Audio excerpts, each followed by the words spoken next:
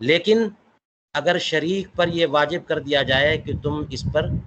کام کرو اور اس کی تعمیر کرو، تو اس سے اس کے اوپر ضرر ہوگا کہ ایک ضرر سے بچنے کے لیے اس کو دوسرے ضرر میں آپ کا حصہ، یعنی ایک مشترکہ عمارت ہے اس میں کمی اور خرابی آ گئی ہے تو آپ کو بھی پریشانی ہے اور جو دوسرا شریک ہے اس کو بھی پریشانی ہے، لیکن اپنی پریشانی کو دور کرنے کے لیے، اپنے مسئلے کو حل کرنے کے لیے اپنے شریک کو ایک مسئلے میں ڈال دیا کہ اب وہ بھی اخراجات میں پڑے اور وہ خرچ کرے، تو اخراجات میں پڑنا یہ ضرر ہے کہ نہیں ہے؟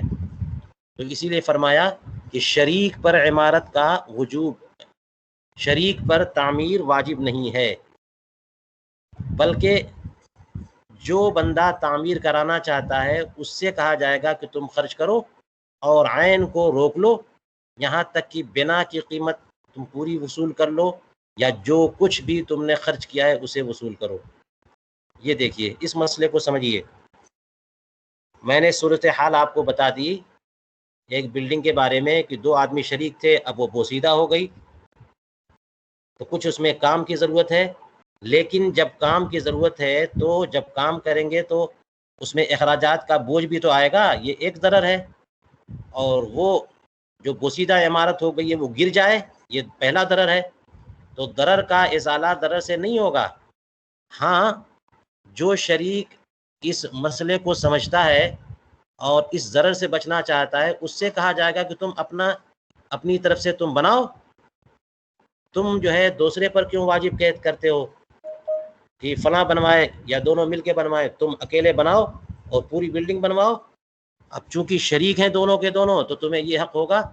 کہ تم پھر پوری بلڈنگ کو اس کے اپنے شریک کے استعمال سے روک لو۔ وَإِنَّمَا يُقَالُ لِمُرِيدِهَا، عمارت کے مرید یعنی اس بلڈنگ کی تعمیر کے چاہنے والے کو یہ کہا جائے گا، حالانکہ یہ بھی شریک ہے، اس سے کہا جائے گا کہ تم اپنا پیسہ خرچ کرو اور جو کام کرانا ہے کراؤ۔ اب اس کے بعد چونکہ شریک کی پراپرٹی میں اس کا بھی خرچہ لگ گیا تو اسے حق ملے گا اور کہا جائے گا کہ تم عین کو پھر روک لو۔ کب تک روک لو؟ اس وقت تک کے لیے روک لو جب تک کہ بنا کی قیمت تم پوری وصول نہ کر لو، اور بنا کی قیمت سے مراد یہ ہے کہ جتنا تم نے بنوایا ہے، جس قدر تم نے بنوایا ہے اس کا جو مارکیٹ ریٹ ہے وہ تم وصول کر لو، پھر اس کے بعد دو کہ چلو اب آؤ اب اپنا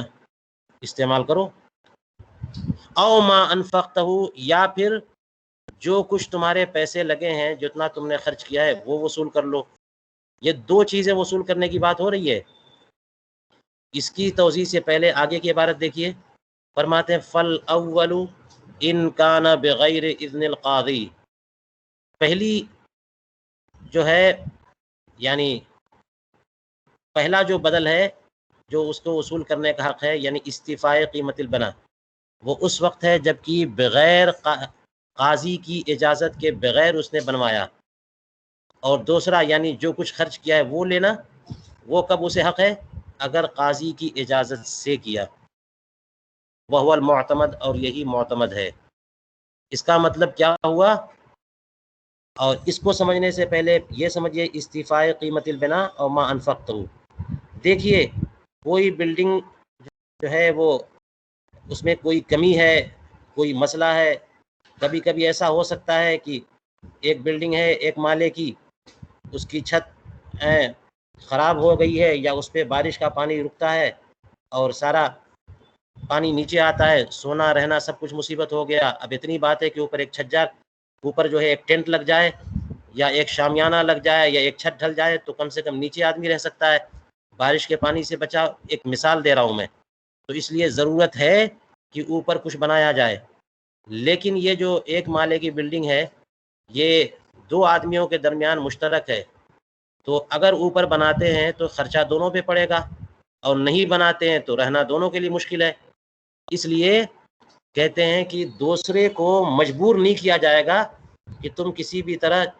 جو ہے وہ اتنا تعمیر کرو،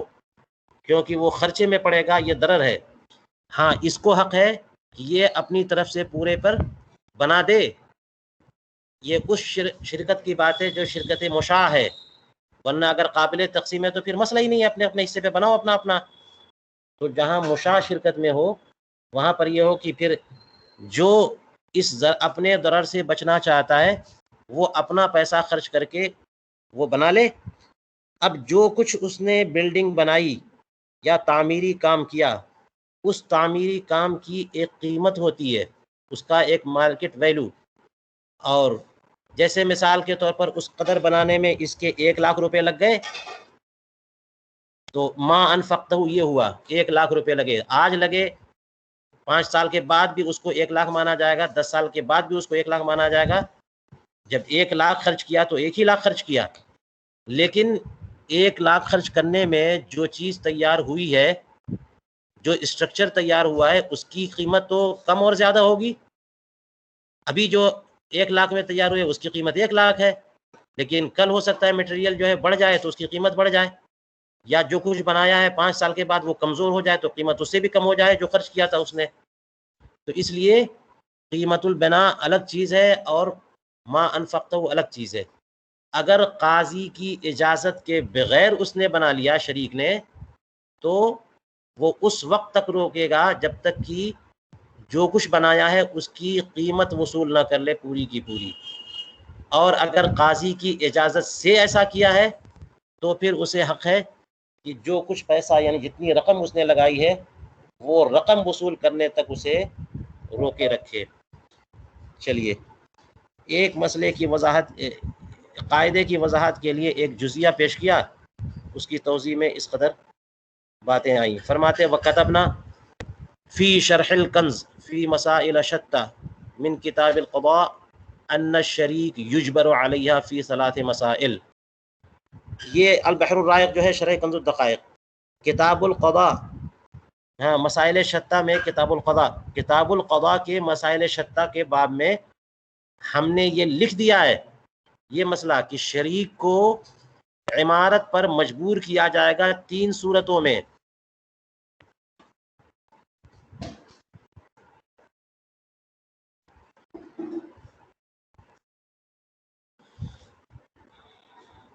یہ تینوں صورتیں یہاں بیان نہیں کی۔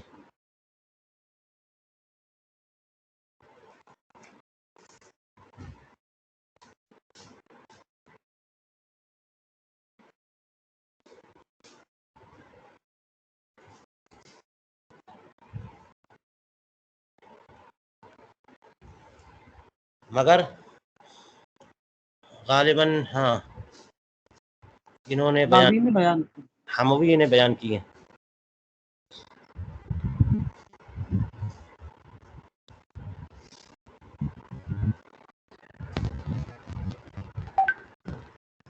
فی 3 مسائل،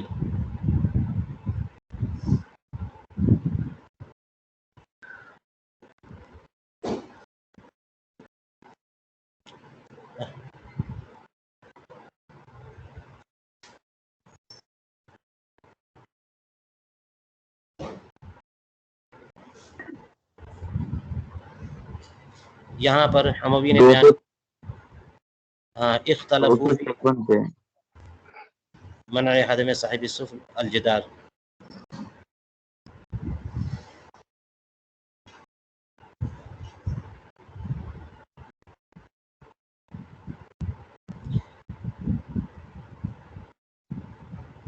یہاں پر دیکھیے وہی المسألۃ الثانیہ، اس طرح سے یہاں پہ تفصیل آئی ہوئی ہے۔ چلیے ہم اسے کنٹینیو کرتے ہیں۔ فرماتے ولا یجبر، اب مزید فرو دیکھیے، یعنی شریک کو عمارت پر مجبور نہیں کیا جائے گا، یہ اصل مسئلہ تھا۔ شریک کو عمارت پر مجبور نہیں کیا جائے گا، شریک پر عمارت واجب نہیں ہے، یعنی اس کو بنوانا واجب نہیں ہے، کیونکہ انفاق کے ضرر میں وہ مبتلا ہو جائے گا، اور کسی ضرر کو دور کرنے کے لیے دوسرے کو ضرر نہیں پہنچایا جا سکتا۔ اب استثناء صرف 3 مسئلے کا ہے جو بتایا کہ 3 صورتوں میں ایسا ہے کہ شریک کو بھی عمارت پر مجبور کیا جائے گا۔ لیکن اور دیکھیے فرماتے ہیں کہ ولا یجبر السید علی تزویج عبدہ او امتہ وان تضررا ہونا چاہیے۔ فرماتے ہیں کہ سید کو مجبور نہیں کیا جائے گا کہ اپنے غلام یا اپنی باندی کی شادی کرائے، اگرچہ یہ دونوں شادی کے بغیر رہنے میں ضرر محسوس کریں، ان کو ضرر پہنچے۔ یہ بھی دوسرا جزیہ ہو گیا جس سے یہ قاعدہ جو ہے وہ خوب اچھی طرح مفہوم ہوتا ہے کہ الضرر لا یزال بالضرر۔ دیکھیے، ایک آقا مالک ہے ایک غلام کا، تو اس کے اوپر یہ واجب نہیں ہے کہ وہ اپنے غلام کی شادی کرائے، کیونکہ اپنے غلام کی شادی غلام کی شادی نہیں کرائے گا تو غلام تو جوان ہے، اس کو ضرورت ہے ایک زوجہ کی، تو اس کو شادی نہ کرنے شادی کے بغیر رہنے میں یا زوجہ کے بغیر رہنے میں جو ضرر ہے وہ سب کو پتہ ہے کہ بالکل ضرر اس کے لیے ہے کہ اس کے نکاح میں کوئی زوجہ نہیں ہو سکتی، تو کیسے اوقات گزریں گے، بہت سارے مسائل اس کے لیے ہیں فطری۔ لیکن اگر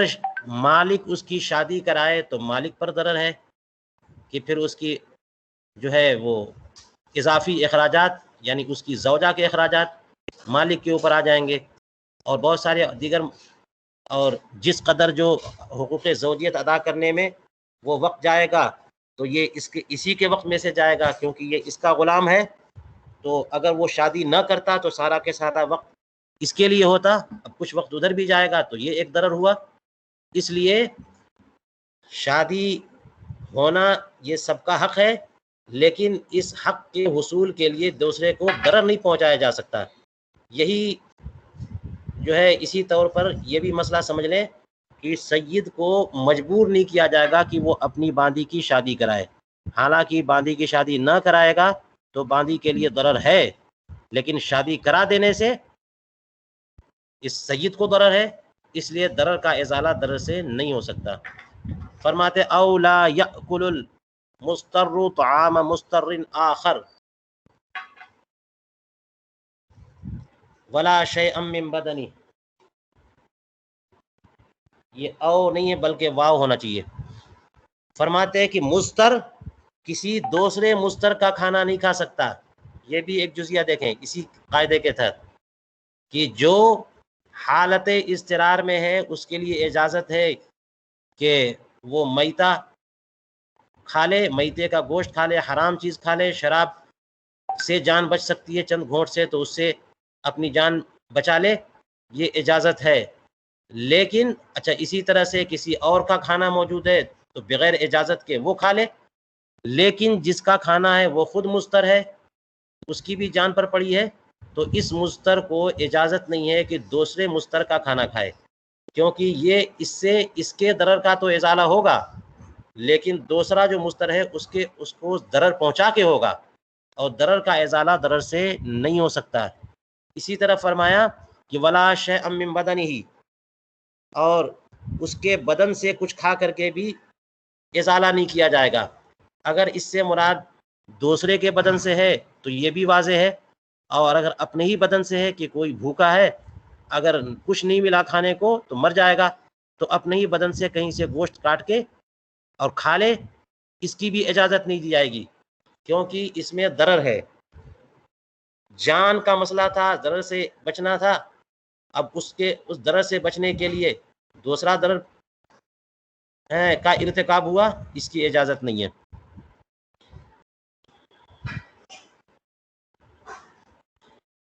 تنبیہ، یتحمل الضرر الخاص لاجل دفع الضرر العام، ضرر عام کو دور کرنے کے لیے ضرر خاص کو برداشت کیا جائے گا، ضرر عام کو دور کرنے کے لیے ضرر خاص کا سامنا کیا جائے گا، اسے برداشت کر لیا جائے گا۔ یہ جو کہا گیا کہ ضرر کا ازالہ ضرر سے نہیں ہو سکتا، تو اس میں بھی کبھی کبھی یہ دیکھا جائے گا کہ پہلا ضرر دوسرا ضرر کون بڑا ہے کون چھوٹا ضرر ہے، تو چھوٹے والے ضرر کو برداشت کر لیا جائے گا بڑے والے ضرر سے بچنے کے لیے۔ جیسے کہ بندہ جو ہے وہ مریض ہوتا ہے، بیمار ہوتا ہے اور آپریشن کرنا پڑتا ہے، آپریشن خود ضرر ہے، لیکن اس سے بڑا ضرر کہ اگر آپریشن نہ ہو تو بندہ مر جائے گا، اس بڑے ضرر سے بچنے کے لیے چھوٹے ضرر کو برداشت کیا جاتا ہے۔ تو فرماتے ہیں کہ یہ جو چیز ہے، یہ بات یہ بھی مقید ہے فقہا کے اس قول کے کی کہ الضرر یزال نہیں، لا یزال ہونا چاہیے. جی حضور لا یزال ہے. جی الضرر لا یزال بمثلہ. فقہائے کرام نے جو یہ فرمایا کہ ضرر اپنے مثل ضرر سے،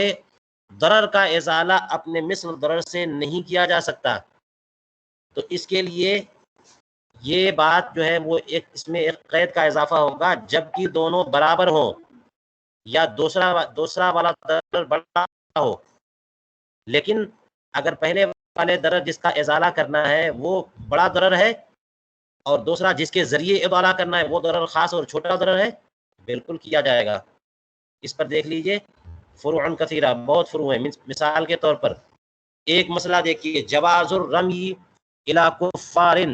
تترسوا بصبیان المسلمین،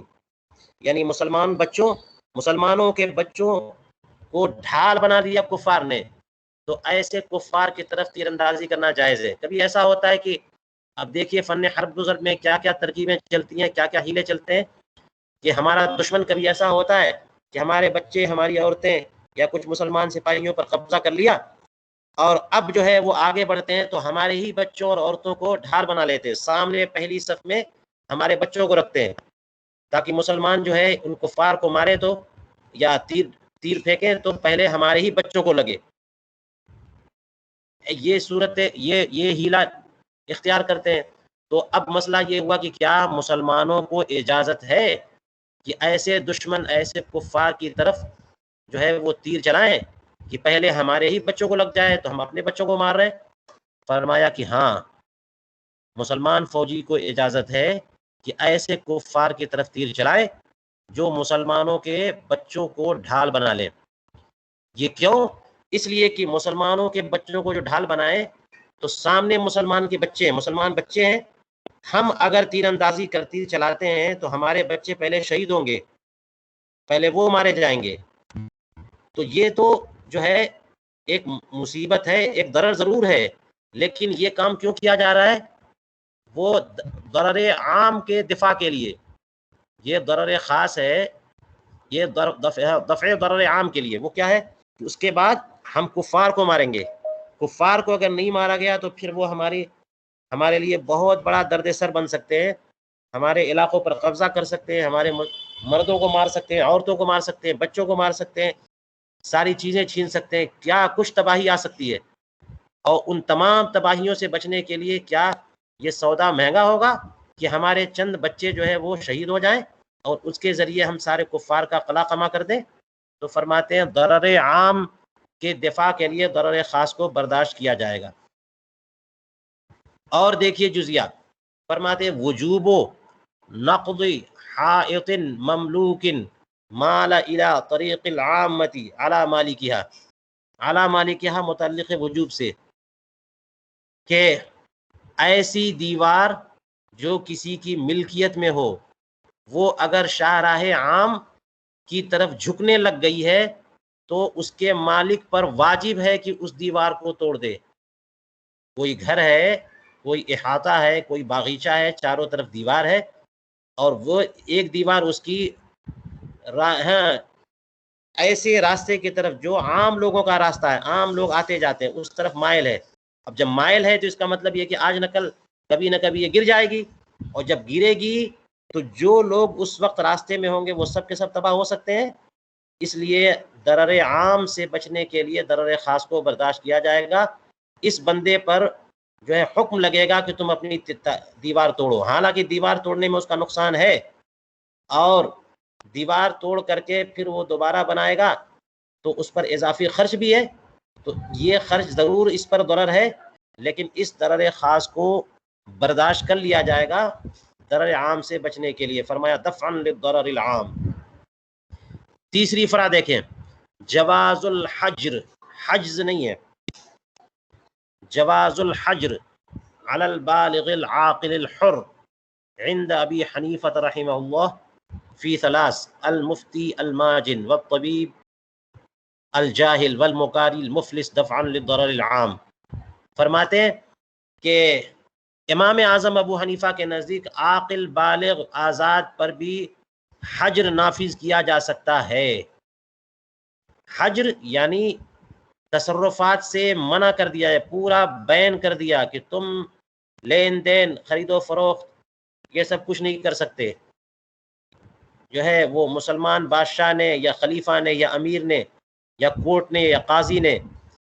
حجر نافذ کر دیا کہ تم اپنی پراپرٹی کو بیچ نہیں سکتے ہو، یا اپنا یہ جو ہے تصرف جو تمہیں حق ہو سکتا تھا لیکن حق نہیں ہے تم پر تمہیں، تو عاقل بالغ حور پر حجر نافذ کرنا یہ جائز ہے امام اعظم ابو حنیفہ کے نزدیک۔ کب؟ 3 معاملات میں۔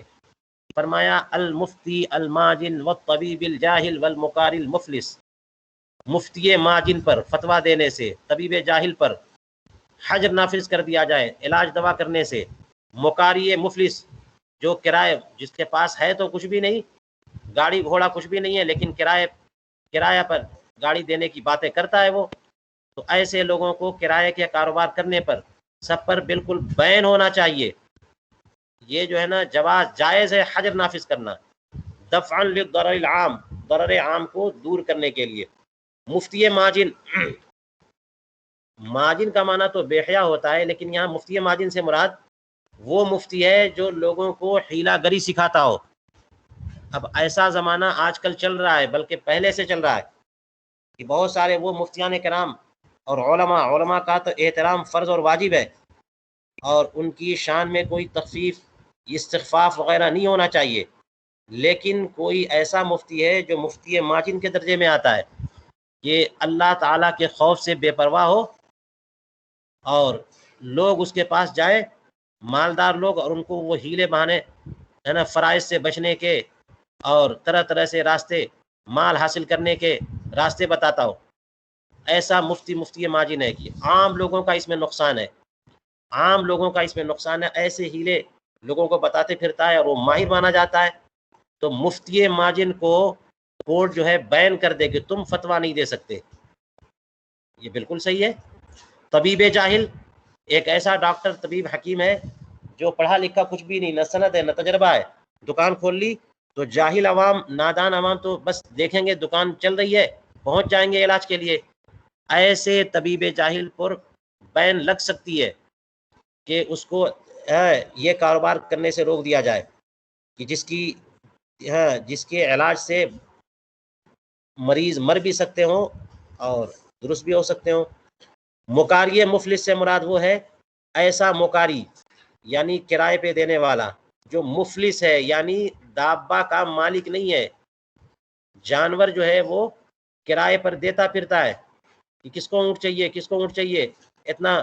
کرایہ ہوگا۔ اب لوگ اس کو بول رہا ہے مارکیٹ میں آ کر کے، تو لوگ جو ہے نا اس کو ایڈوانس میں دے رہے ہیں پیسے کہ ٹھیک ہے ہم کو فلاں دن ایک اونٹ چاہیے، اس نے کہا فلاں دن۔ آج کی ڈیٹ میں بات کر لیں گاڑی کی کہ کوئی کسی نے بزنس کھول رکھا ہے اور گاڑیوں کو کرائے پہ دینے کا کاروبار کرتا ہے،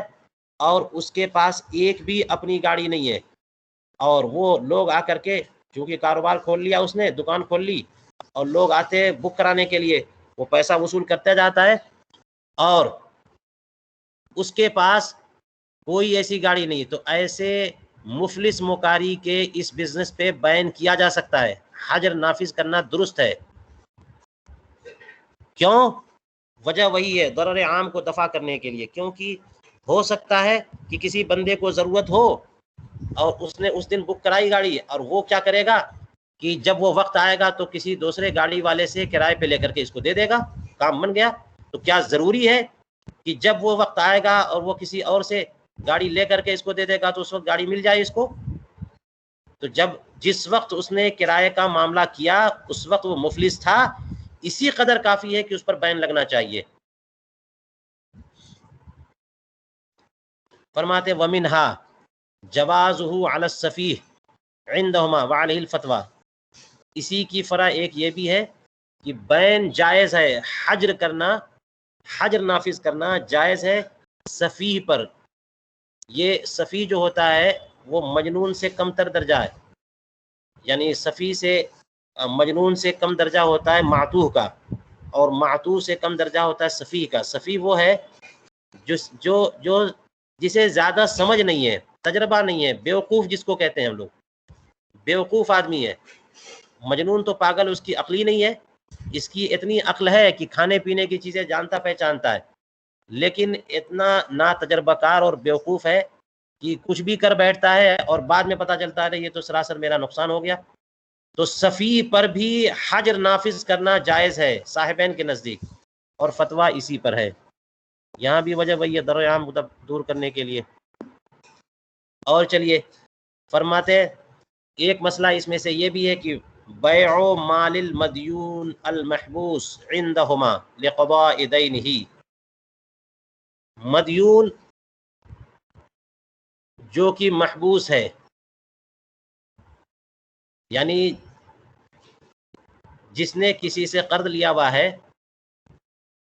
اس کا ہاں وہ محبوس ہے، وہ مقید ہے، اس کا مال بیچ دینا، صاحبین کے نزدیک اس کا مال بیچ دینا جائز ہے۔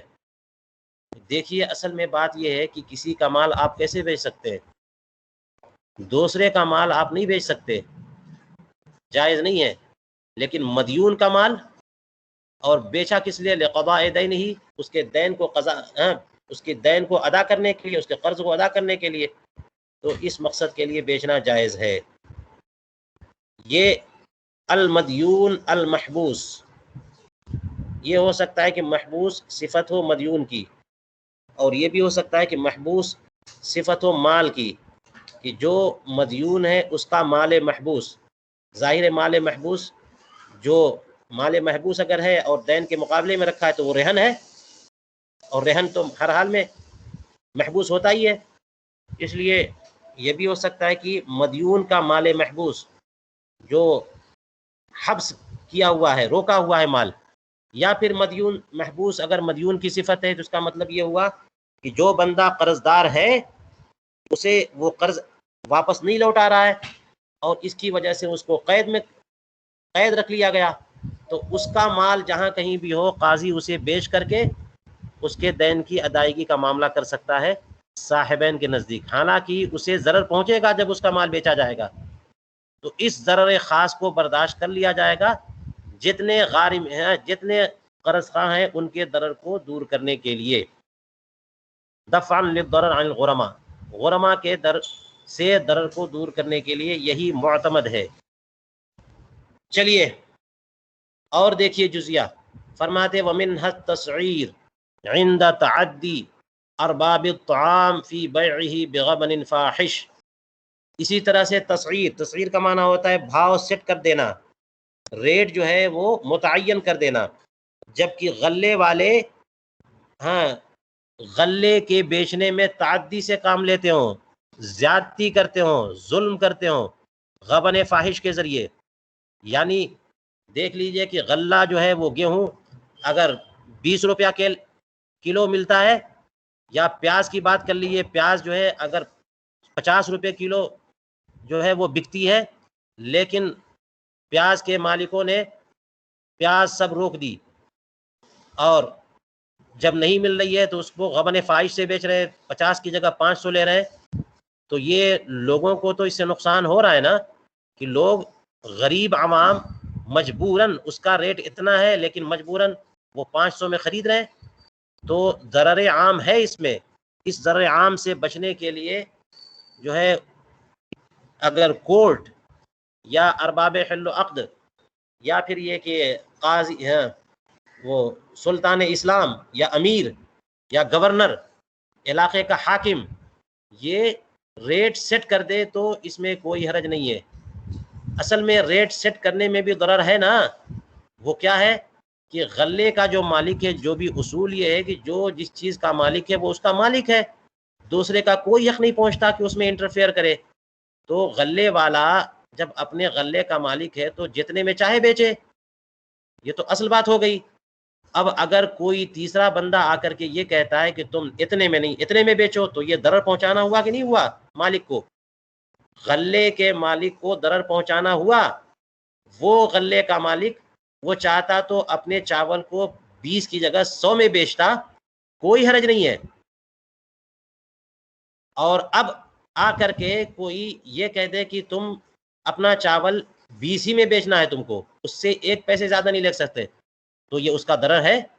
ایک ضرر تو یہ ہے کہ اس کا اختیار اپنے مال پر نہیں ہے، ہر بندے کا اپنا اختیار، ہر بندے کو اپنے مال پر اختیار ہوتا ہے، اور یہ اختیار سلب کیا جا رہا ہے، تو یہ ضرر ہے کہ نہیں ہے؟ اسی طرح اسے حق ہے کہ وہ نفع جتنا چاہے کمائے، اور نفع کو لمٹ کیا جا رہا ہے، یہ دوسرا ضرر ہے۔ تو یہ ضرر تو ہے، لیکن اس ضرر کو برداشت کیا جائے گا، کیوں؟ اس لیے کہ یہ ضرر خاص ہے، ایک بندے کو ضرر پہنچ رہا ہے۔ لیکن اگر اسے جو ہے اجازت دے دی جائے کہ تم جتنے میں چاہو بیچو، اور یہ غبن فاحش میں بیچتا ہے، کھلی ہوئی، مطلب کھلا ہوا غبن کا غبن فاحش کہتے ہیں کہ ایک تو ہوتا ہے کہ 2-4 روپے آگے پیچھے ہو جاتے ہیں تو اسے کوئی حرج نہیں ہے، لیکن اتنا بڑا فرق جو مارکیٹ کا تجربہ رکھنے والے کہتے ہو کہ اتنا بڑا فرق تو نہیں ہوتا، اس کو غبن فاحش کہیں گے۔ تو غبن فاحش کے ساتھ وہ تعدی کرتا ہو تو ایسی صورت میں اس کے ریٹ کو متعین کر دیا جائے، یہ جائز ہے۔ اور اس کے جواز کی وجہ یہ ہے کہ اگرچہ تسعیر میں، بھاؤ سیٹ کرنے میں ارباب طعام کا نقصان ہے، لیکن اگر سیٹ نہ کیا جائے تو پوری پبلک کا نقصان ہے، تو اس لیے ضرر عام کو دفع کرنے کے لیے ضرر خاص کو برداشت کر لیا جائے گا۔ اور دیکھیے بیع طعام المحتکر جبرن علی عند الحاجتی،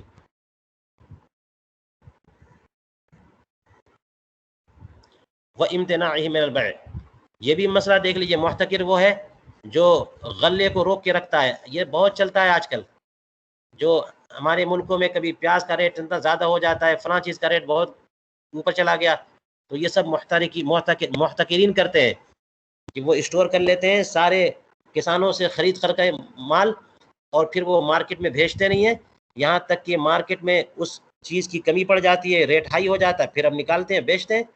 اور من مطابق منہ مانگی قیمت پر بیچتے ہیں وہ۔ تو فرماتے ہیں کہ محتکر کا غلہ بیچنے کی بھی اجازت ہے جبرن علی، ورنہ آپ کسی کا سامان نہیں بیچ سکتے نا، لیکن محتکر کا جو غلہ ہے اس کو بیچا جا سکتا ہے جبرن علی، اس پر جبر کرتے ہوئے اس کو مجبور کیا جائے گا کہ تم بیچو، حالانکہ اس کا مال ہے تو اسے حق ہے کہ بیچے یا نہ بیچے، یا آج بیچے کل بیچے جتنے میں بیچے، لیکن جب پبلک کو حاجت پڑ گئی، لوگ بھوکے مر سکتے ہیں، لوگوں کو عام ضروریات کی اشیاء جو ہے چاہیے، اور وہ بیچنے سے رک رہا ہے، وہ حاجت بھی موجود ہے اور بیچنے سے وہ منع کر رہا ہے، ایسی صورت میں جو ہے وہ جبرن اس پر اس کے غلے کو بیچا جائے گا اور خریدا جائے گا، دفعا للضرر العام۔ اور چلیے فرماتے ومنہا،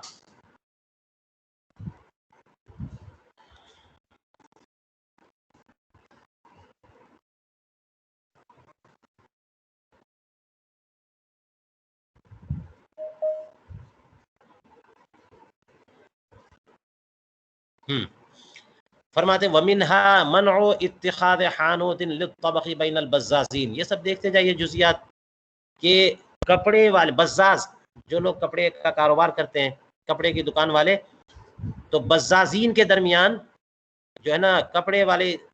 کپڑے کی دکانیں ہیں کئی مارکیٹ میں، انہی کے بیچ میں ایک دکان جو ہے وہ پکانے والے کی آ گئی، تو فرماتے ہیں کہ ایسی دکان کو پر بین کرنا درست ہے، منع اتخاذ حانوت للطبخ، کوئی دکان پکانے کے لیے لینا،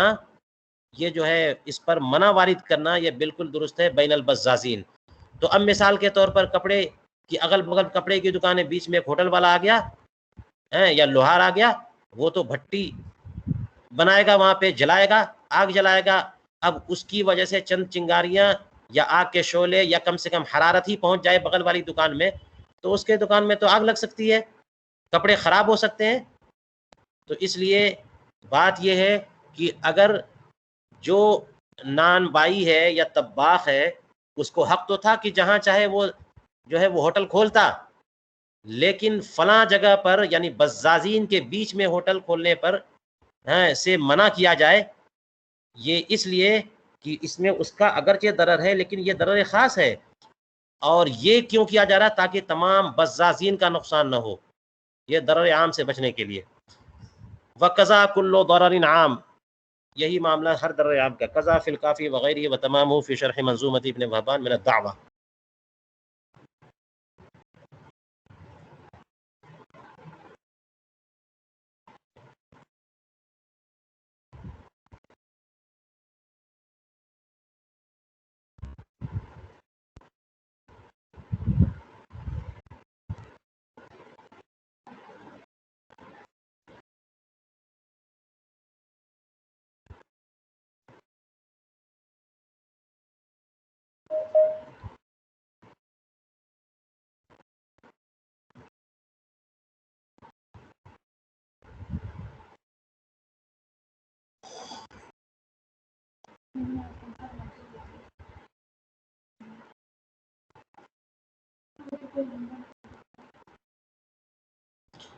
چلیے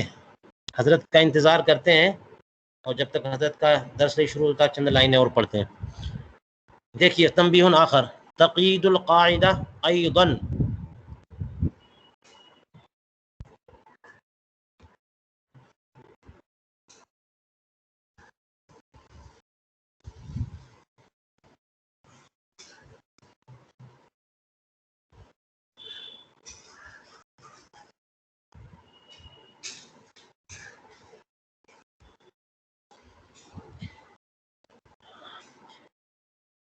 تقیید القاعدة أيضا بما لو كان أحدهما أعظم ضررا من الآخر فإن الأشد يزال بالأخف. کہ یہ قاعدہ جو ہے اس کو اس سے بھی مقید کرنا ہوگا کہ اگر ان میں سے ایک دوسرے سے بڑا ضرر ہو، ایک دوسرے سے بڑا ضرر ہو تو جو بڑا والا ہے اس کو دور کیا جائے گا چھوٹے والے سے. یعنی یہ اب تک جو بات ابھی جو قید لگائی تھی وہ ضرر عام اور ضرر خاص کی بات تھی. اب ایک اور قید کی ضرر اشد اور ضرر اخف. تو ضرر اشد اور ضرر اخف ہے، تو یہاں پر فرمایا کہ ضرر اشد کا ازالہ ضرر اخف سے کیا جائے گا. اس کی مثال دیکھ لیجئے، فرماتے الاجبار علی قضاء الدین والنفقات الواجبات، کہ قرض کو ادا کرنے کے لیے مجبور کرنا اور واجب نفقات کو ادا کرنے کے لیے مجبور کرنا، یہ بالکل درست ہے. ورنہ کسی کو اختیار نہیں ہے. زید مثال کے طور پر لوگوں کے قرض لے کے بیٹھا ہوا ہے اور زید کے پاس پیسے ہونے کے باوجود وہ قرض ادا نہیں کر رہا ہے، تو زید کے اوپر کوئی عام صورت حال میں کوئی مجبور نہیں کر سکتا زید کو کہ وہ پیسہ لوگوں کو دے. لیکن جب وہ دین ادا نہیں کر رہا ہے اس کی وجہ سے اسے مجبور کیا جائے تو یہ دوسری صورت ہے، کیونکہ یہاں پر جو اس کے اوپر جبر ہو رہا ہے وہ بلا وجہ جبر نہیں ہو رہا ہے، بلکہ ضرر اشد کے ازالے کے لیے جبر ہو رہا ہے. اور وہ ضرر اشد یہ ہے کہ لوگوں کا قرض لے کے بیٹھا ہے، نہ ادا کرنے کی وجہ سے سب کے سب پریشان ہیں، تو ان سارے لوگوں کے قرض ادا کرنا یہ زیادہ ضروری ہے اس سے کہ یہ اس کے اوپر جو ہے نا اس کو آزادی دے دی جائے کہ تم چاہے دو چاہے نہ دو، اپنا پیسہ اپنے پاس رکھو. اسی طرح سے جس کے بیوی بچے ہوں کہ اس کے ذمے ان بیوی بچوں کا نفقہ واجب ہو اور یہ نفقہ ادا نہ کرتا ہو تو اس کو کورٹ یا قاضی اسلام اس کو مجبور کریں گے کہ وہ نفقہ ادا کرے. تو مالی طور پر کوئی ذمہ داری دینا اس سے بندے پر ایک دباؤ اور ایک ضرر تو پہنچتا ہے، لیکن یہ ضرر اخف ہے. اگر یہ نہ دباؤ ڈالا جائے تو اس کی بیوی کا کیا ہوگا، اس کے بچوں کا کیا ہوگا، وہ ضرر اشد ہوگا. تو ضرر اشد کو ضرر اخف سے زائل کیا جائے گا. اور دیکھیے مثال، حبس الاب لو امتنع عن الانفاق على ولده بخلاف الدین، اگر باپ اپنی اولاد پر خرچ کرنے سے منع کرے، حالانکہ باپ کی ذمہ داری ہے نا کہ اپنی اولاد پر خرچ کرے، اگر اولاد فقیر ہیں تو اور پھر بھی وہ خرچ نہیں کر رہا ہے، تو ایسی صورت میں باپ کو قید کر لینا یہ درست ہے. ورنہ کسی کو قید کرنا کیسے ہو سکتا ہے، یا بیٹے کی وجہ سے باپ کو قید کرنا درست نہیں ہے. بیٹے کی وجہ سے باپ کو قید کرنا درست نہیں ہے، لیکن بیٹے کے انفاق کی جو ضرورت ہے اس کی وجہ سے باپ کو قید کرنا یہ درست ہے، بخلاف الدین، برخلاف دین کے۔ یعنی بیٹے نے قرض لے کے رکھا ہوا ہے اور وہ قرض ادا نہیں کر رہا ہے، تو اب اس کے باپ کو جو ہے لوگوں نے قید کر دیا کہ تم اپنے بیٹے سے قرض دلاؤ، تو بیٹے کے دین کی بنیاد پر باپ کو قید نہیں کیا جا سکتا، لیکن باپ خود اگر بیٹے پر خرچ نہ کرے یعنی اس کی کفالت نہ کرے تو باپ کو قید کیا جائے گا۔ وجہ وہی ہے کہ ضرر اشد کا ازالہ کرنا ضروری ہے۔ اور دیکھیے فرماتے ہیں لو غصبہ، غضبہ نہیں غصبہ، ساجتن ای خشبتن، ساجہ ایک خاص قسم کی لکڑی اسی لیے عام کر دیا اے خشبہ، کسی نے ایک لکڑی غصب کی اور اسے اپنے گھر کی تعمیر میں لگا دیا، تو اب دیکھیں گے کہ وہ گھر کا جو اسٹرکچر ہے اس کی قیمت زیادہ ہے یا اس لکڑی کی قیمت زیادہ ہے۔ فَإِن كَانَتْ قِيمَةُ الْبِنَاءِ اکثر، اگر بنا کی قیمت زیادہ ہے تو يَمْلِكُهَا صَاحِبُهُ بِالْقِيمَةِ، تو اس لکڑی کا مالک ہو جائے گا یہ گھر والا، یعنی جس نے جو غاصب ہے یہ مالک ہو جائے گا اور قیمت کے ذریعے مالک ہوگا، یعنی اس لکڑی کی قیمت اسے دینی پڑے گی، جو مارکیٹ میں قیمت چل رہی ہے وہ دینی پڑے گی۔ وَإِن كَانَتْ قِيمَتُهَا، اور اگر اس بلڈنگ کی قیمت کے مقابلے میں اس لکڑی کی قیمت زیادہ ہے تو لم ينقطع حق المالک عنہا، تو اس لکڑی کا جو مالک ہے جس سے اس نے غصب کیا تھا اس مالک کا حق اس لکڑی سے ختم نہیں ہوگا، بلکہ وہ مقدمہ دائر کر کے اس لکڑی کو نکلوا سکتا ہے، چاہے تمہاری بلڈنگ گرے جو ہو میں نہیں جانتا، میری لکڑی چاہیے۔ تو یہ جو مسئلہ ہے وہ یہی ہے کہ ضرر اشد کا ازالہ کیا جائے گا ضرر اخف کے ذریعے۔ جی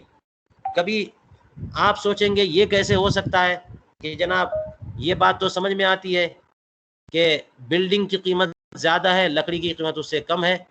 یہ کیسے ہوگا کہ لکڑی کی قیمت زیادہ ہے بلڈنگ کی قیمت کم ہے؟ ہاں عام طور پر تو نہیں ہو سکتا، نہیں ہوتا ایسا، لیکن آپ سوچئے پرانے زمانے کے گھروں کے بارے میں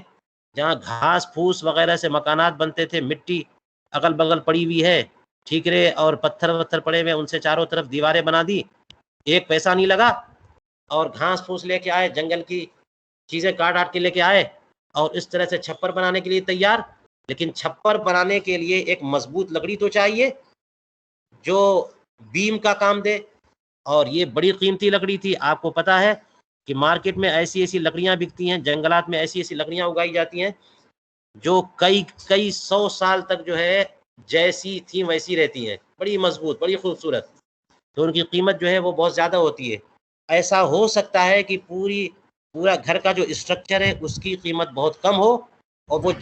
لکڑی جو بیم کے طور پر لگائی گئی ہے اس کی قیمت زیادہ ہو۔ اگر ایسی بات ہے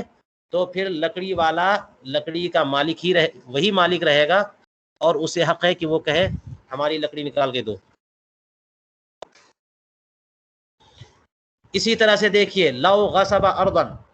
فبنا فیہا او غرسا، اگر کسی نے زمین کا کوئی پلاٹ جو ہے غصب کر لیا اور اس میں کوئی گھر بھی بنا لیا یا پودے لگا دیے، اب دیکھا جائے گا کہ زمین کی قیمت زیادہ ہے یا جو درخت جو پودے لگائے گئے اب درخت بن گیا اس کی قیمت زیادہ ہے، کس کی قیمت زیادہ ہے؟ فرماتے فَإِن كَانَتْ قِيمَةُ الْأَرْضِ اکثر، اگر زمین کی قیمت زیادہ ہے، قَلَعَهَا ہونا چاہیے، قَلَعَهَا، حضور قلع ہے، تو اگر زمین کی قیمت زیادہ ہے تو اس پودے کو یا پھر یہ کہ جو گھر بنایا ہوا جو عمارت بنائی وہ سب اکھڑ کر کے پھینک دیں گے، وردت، اور زمین کو لوٹانا ہوگا، وَإِلَّا ضَمِنَ لَهُ قِيمَتَهَا، ورنہ وہ اس کی قیمت کا ضامن ہوگا اس کے لیے۔ یعنی اگر زمین کی قیمت زیادہ نہ ہو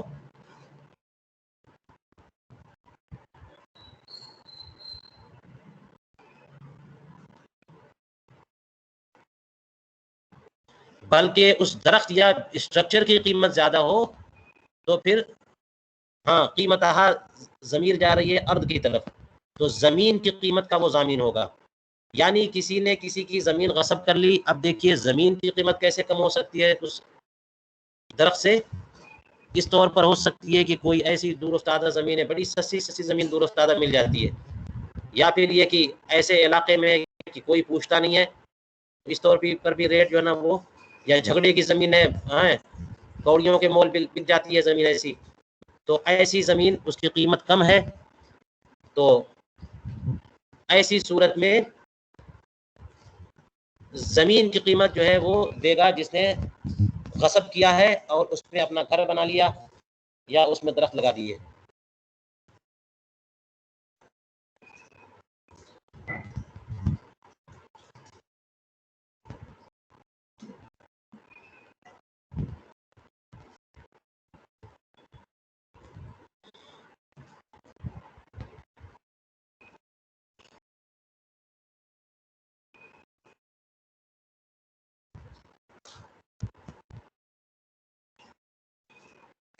چلیے یہیں پر میں آج اپنا درس روکتا ہوں.